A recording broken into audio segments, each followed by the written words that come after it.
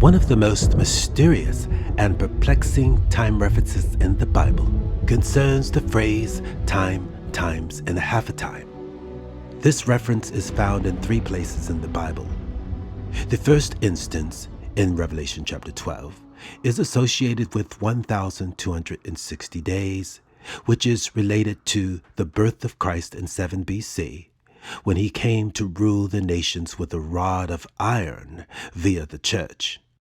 Historically speaking, shortly after his birth, King Herod and the priests of Israel sought to kill Jesus to prevent him from becoming king.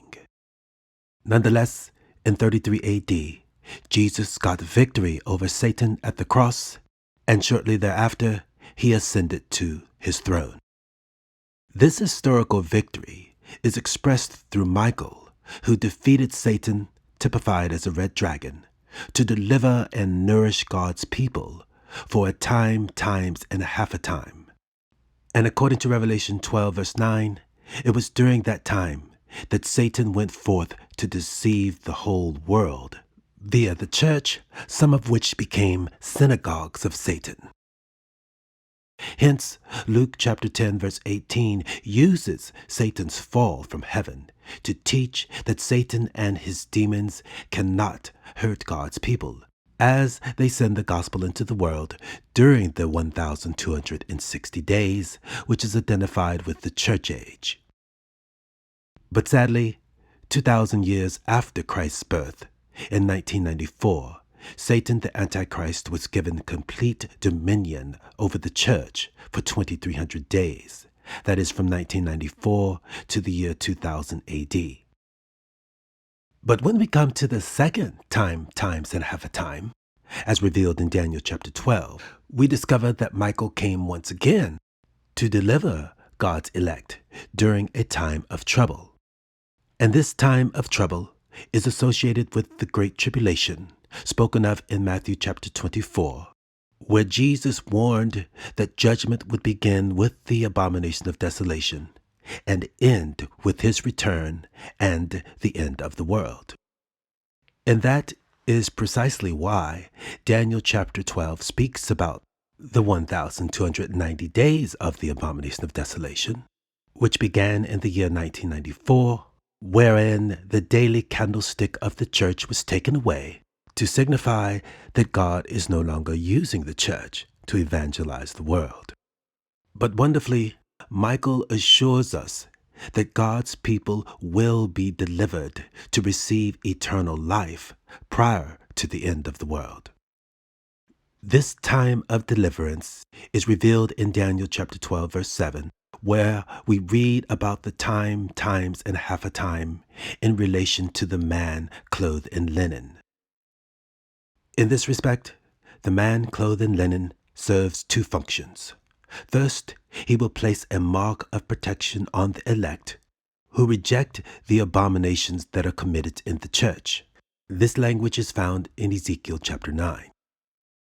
Secondly, he will enlist Michael to fight against the kings of Persia and Grecia.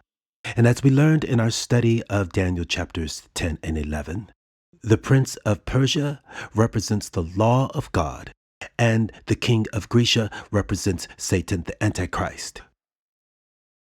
In this respect, the law of God demands that Satan the Antichrist be used of God to execute judgment on the church, because she polluted God's holy covenant by teaching we can become saved by our own works, such as accepting Jesus or being baptized in water. But as we learned earlier, the man clothed in linen placed a mark of protection on God's elect, so that they would not only escape the penalty of the law, but also find deliverance from Satan through Michael, who is assuredly God. This deliverance comes at the end of the 2,300 days, that is in the year 2000 AD, which is the beginning of another time, times, and half a time, as revealed in Daniel chapter 7. In this context, we learned that the beast, or Satan the Antichrist, was slain so that God's people could leave the church and retake possession of the kingdom as they send forth the gospel into the world. This possession of the kingdom is identified with the 1,335 days when God's people will receive their lot, that is, take possession of the kingdom, which is a picture of eternal life. And so we have learned that the first time, times, and half a time is associated with 1,260 days when God nourished his people so that they would not be deceived by Satan's ministers in the church. And presently, we are in the second time, times, and half a time, typified as 1,335 days, when Michael came to deliver God's elect out of the church to prepare them to receive eternal life at the end of the world.